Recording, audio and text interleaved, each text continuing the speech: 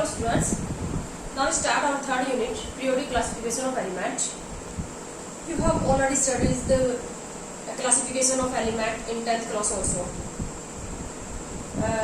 10th class में बेटा आप लोगों ने क्या पढ़ा था? पीरियोडिक टेबल में एलिमेंट्स को कैसे क्लासिफाई किया गया, पीरियोडिक टेबल की हिस्ट्री आप लोगों ने पढ़ी थी कि पीरियोडिक टेबल को डेवलप कैसे किया गया।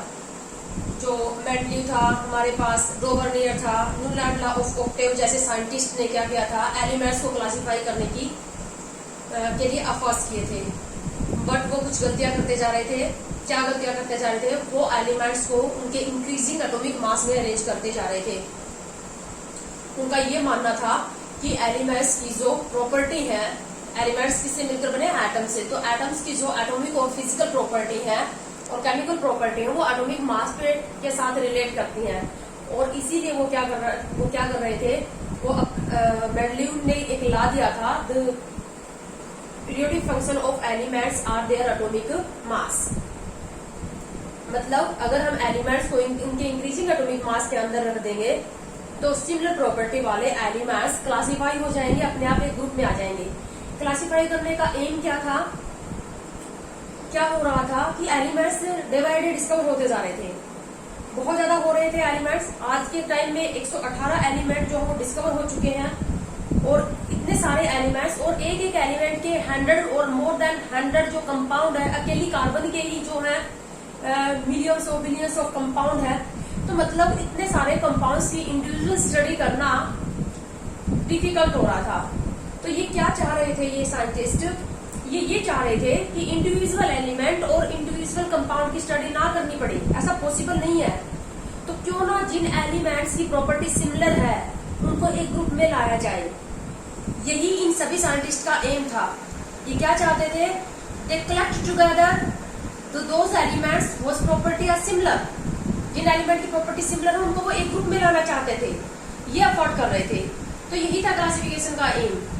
बट वो गलतियां करते जा रहे थे। मेंडलीव ने काफी हद तक एलिमेंट्स को क्लासिफाई किया था, आपने पढ़ी है, लेकिन उसकी भी लिमिटेशन सामने आ गई थी। जैसे आइसोटोप, उसकी लिमिटेशन आ गई थी।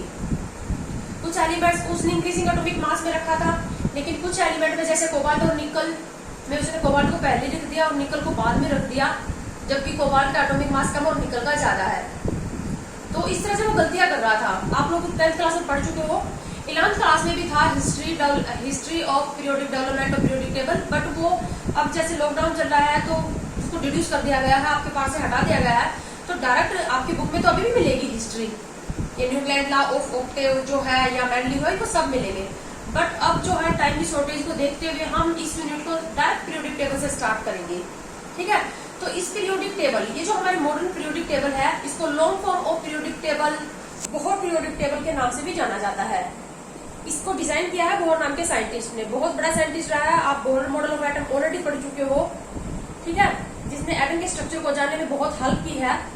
तो बोहर ने इसको डिजाइन किया है, लेकिन इसके लिए जो लॉ दिया था, मॉडर्न पीरियोडिक लॉ, वो हेनरी मोजले नाम के साइंटिस्ट ने दिया था। तो मॉडर्न पीरियोडिक लॉ हेनरी मोजले नाम के एक साइंटिस्ट ने सबसे पहले ये पता लगाया कि एलिमेंट्स की जो फिजिकल और केमिकल प्रॉपर्टी है वो उनके एटॉमिक नंबर के साथ रिलेट करती हैं, न कि एटॉमिक मास के साथ। उसका ये मानना था कि अगर एलिमेंट्स को इंक्रीजिंग एटॉमिक नंबर में रख दिया जाए तो सिमिलर प्रॉपर्टी वाले एलिमेंट, जिन एलिमेंट्स की प्रॉपर्टी सिमिलर है, वो एक रेगुलर इंटरवल के बाद अपने आप रिपीट हो जाएंगे, यानी कि एक ग्रुप में इकट्ठे हो जाएंगे। इस टेबल को पीरियोडिक टेबल क्यों बोला? टेबल तो चलो ठीक है, अरेंजमेंट है एलिमेंट्स की। पीरियोडिक क्यों बोला? पीरियोडिसिटी। अब आपको पता है पीरियोडिक चेंज भी आपने पढ़े हैं, ऐसे चेंज जो रेगुलर इंटरवल के बाद होते हैं। तो ये जो टेबल है ना, पीरियोडिक टेबल, इसको पीरियोडिक टेबल इसीलिए बोला है क्योंकि those elements whose property is similar are repeat after a regular interval. जिन एलिमेंट्स की प्रॉपर्टी सिमिलर है वो एक रेगुलर इंटरवल के बाद रिपीट होंगे, अपने आप एक ग्रुप में आ जाएंगे। इसीलिए इस टेबल को पीरियोडिक टेबल का नाम दिया गया, ठीक है। तो ये हमारी मॉडर्न पीरियोडिक टेबल है। इस मॉडर्न पीरियोडिक टेबल को आपको अपने नोटबुक में लिखना है, यहां से लिख सकते हो, वरना तो आपकी जो प्रदीप की जो बुक है उसमें भी पीरियोडिक टेबल आपको देखने को मिल जाएगी। बेटा देखो, हर एलिमेंट्स की 11th और 12th क्लास में हर एलिमेंट्स की इंडिविजुअल स्टडी, उसके कंपाउंड की स्टडी आपको करनी है। किसी भी एलिमेंट्स की स्टडी करना, उसके कंपाउंड की स्टडी करना हमारे लिए बहुत ज्यादा इजी बना देते हैं ये पीरियोडिक टेबल। अगर पीरियोडिक टेबल में हमें किसी एलिमेंट्स की पोजीशन पता है, उसका ग्रुप नंबर, उसका पीरियड नंबर पता है, तो हम झट से बता देंगे कि ये एलिमेंट मेटेलिक नेचर का है, नॉन मेटेलिक नेचर का है या मेटेनल टाइप का है। इसके कंपाउंड बेसिक नेचर के होंगे, एसिडिक नेचर के होंगे या एम्फोटेरिक नेचर के होंगे। ठीक है, तो किसी भी एलिमेंट्स की स्टडी हम तभी कर पाएंगे जब पीरियोडिक टेबल में हमें उसकी पोजीशन पता होगी। ठीक है, तो कुछ एलिमेंट्स की, जैसे अब अस ब्लॉक एलिमेंट्स, ग्रुप फर्स्ट और सेकंड के एलिमेंट्स की स्टडी और ग्रुप 13 और 14 एलिमेंट्स की स्टडी अभी 11th में आप डिटेल से करोगे, 11th क्लास में, 10th और 11th यूनिट के अंदर। बचे हुए जो एलिमेंट्स हैं उनकी स्टडी आप 12th क्लास में करोगे। तो इस पीरियोडिक टेबल में ये बेसिक यूनिट है, बिल्कुल 10th क्लास में आपने किया था वो भी रिपीट होगा। लेकिन अगर ये यूनिट आपके हाथ से स्किप हो जाएगी, अब ये सोच रहे हो कि हम 11th क्लास के स्टूडेंट, हमारे कोई फर्क नहीं पड़ेगा, तो बहुत बड़ी गलती कर रहे हो। 12th नहीं समझ में आएगी अगर 11th को इसी तरह से इग्नोर करते जाओगे तो। ठीक है, तो बेसिक कंसेप्ट जो होंगे वो यहाँ से बनेंगे। पूरी इनऑर्गेनिक के बेसिक कंसेप्ट हम इस यूनिट में स्टडी करेंगे। तो ये पीरियोडिक टेबल मैंने यहाँ पर बनाई है बोर्ड के ऊपर।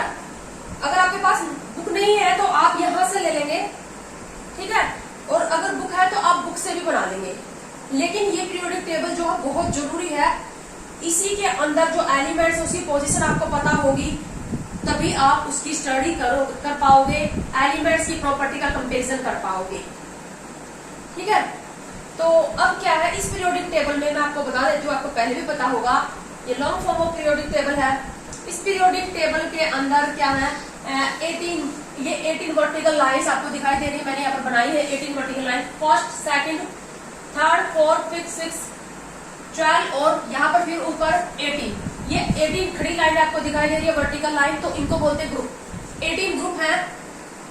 और हॉरिजॉन्टल लाइंस जो है वो है 7। जैसे ये एक हॉरिजॉन्टल लाइन है, ये जो फर्स्ट हॉरिजॉन्टल लाइन है इसके अंदर 2 ही एलिमेंट है, एक हाइड्रोजन और एक हीलियम।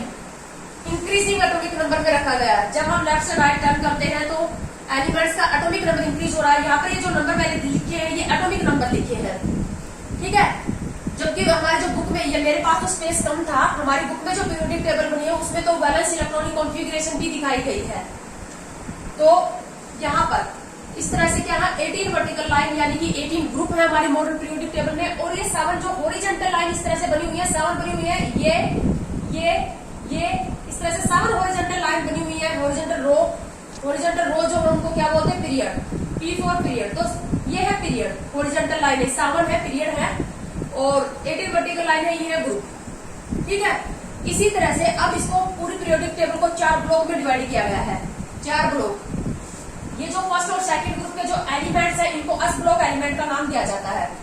फर्स्ट और सेकंड ग्रुप के जो एलिमेंट है उनको अस ब्लॉक एलिमेंट नाम दिया जाता है। अभी मैं आपको डिटेल से बताऊंगी कि एस ब्लॉक एलिमेंट क्या होते हैं, पी ब्लॉक एलिमेंट क्या होते हैं, डी ब्लॉक और अप ब्लॉक एलिमेंट क्या होते हैं। देखो, ऑर्बिटल 4 टाइप के पढ़े हमने, अस ऑर्बिटल, पी ऑर्बिटल, डी और अप ऑर्बिटल। तो 4 टाइप के ऑर्बिटल है, इसलिए पूरी पीरियोडिक टेबल को 4 ब्लॉक में डिवाइड किया गया है। ये पहले और दूसरे ग्रुप के जो एलिमेंट इनको अस ब्लॉक एलिमेंट बोलते हैं। फिर ग्रुप 13 से 18, ये जो हमारे पास 13 से 18 ग्रुप के जो एलिमेंट है उनको पी ब्लॉक एलिमेंट बोलते हैं। ये मैंने इनकी general electronic configuration, outer most electronic configuration लिखी है। और ये ग्रुप नंबर 3 से 12 तक के जो एलिमेंट है, 30 एलिमेंट है, ये इनको डी ब्लॉक एलिमेंट बोलते हैं। और 14 एलिमेंट्स की 2 रो नीचे बनाई गई है। 14 एलिमेंट्स की ये एक रो है, ये भी 14 एलिमेंट्स की एक रो है। इनको अप ब्लॉक एलिमेंट बोलते हैं। ठीक है, तो किसको अप ब्लॉक एलिमेंट, इनको अप ब्लॉक एलिमेंट क्यों बोला गया, इनको पी क्यों बोला गया, इनको डी क्यों बोला गया, पी ब्लॉक एलिमेंट। तो अब हम क्या करेंगे, ये पीरियोडिक टेबल ड्रॉ करनी है, उसके बाद किसी भी एलिमेंट का ग्रुप नंबर, पीरियड नंबर और ब्लॉक निकालना सीखेंगे। ठीक है, इस पीरियोडिक टेबल की हेल्प से हम क्या करेंगे, इलेक्ट्रॉनिक कॉन्फ़िगरेशन पे पूरी तरह से बेस्ड है। इससे पहले वाले यूनिट में मैंने आपको इलेक्ट्रॉनिक कॉन्फ़िगरेशन निकालनी सिखाई थी। अगर आप किसी भी एलिमेंट की इलेक्ट्रॉनिक कॉन्फ़िगरेशन लिख लेते हो तो आप उसका पीरियड नंबर, ग्रुप नंबर और ब्लॉक चुटकियों में निकाल लोगे। पीरियड नंबर और ग्रुप नंबर निकालने के बाद आपको पोजीशन पता चल जाएगी। और पोजीशन पता चल गई, अगर आपके माइंड में पोजीशन बैठ गई किसी एलिमेंट की कि ये लेफ्ट साइड में है ये एलिमेंट तो राइट साइड में है, फिर आप झट से पता लगाओगे कि ये मेटल है या नॉन मेटल है। आपने 10th क्लास तक ये पढ़ा है कि जो मेटल एलिमेंट होते हैं उनके कंपाउंड जनरली बेसिक नेचर के होते हैं, नॉन मेटल के एसिडिक नेचर के होते हैं, या मेटेलॉइड के एम्फोटेरिक नेचर के होते हैं।